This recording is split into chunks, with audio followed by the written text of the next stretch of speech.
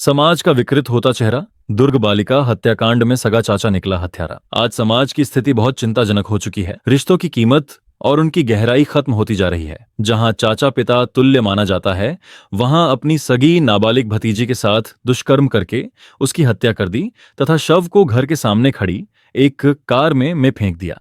छत्तीसगढ़ के दुर्ग जिले में नवरात्रि की नवमी को एक दुखद घटना घटी, जिसमें 6 साल की बच्ची जो कन्या भोजन करने निकली थी, अचानक गायब हो गई। रात भर उस बच्ची का जब कोई पता नहीं चला तो पुलिस में रिपोर्ट करने के बाद पुलिस और समाज के लोगों ने जब उसे बच्चों की खोजबीन की तो अगले दिन सुबह उसे बच्ची का शव घर के पास ही खड़ी हुई कार में मिला, जिसमें बच्ची मृत पाई गई। पोस्टमार्टम रिपोर्ट में दुष्कर्म की पुष्टि हुई है।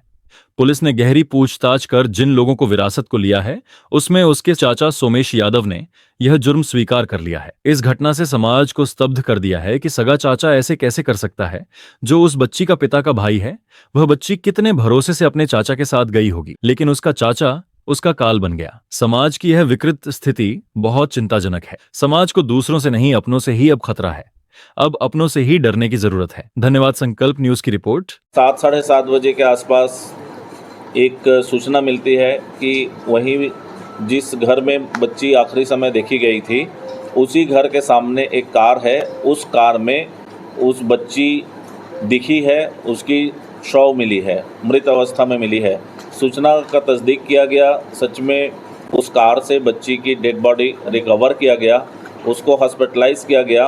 और इस बीच टेक्निकल एंड के आधार पर और अपने मुखबिरों सूत्रों के आधार पर एसीसीयू की टीम और मोहननगर दुर्ग की टीम लगातार उसमें काम की, मेहनत की।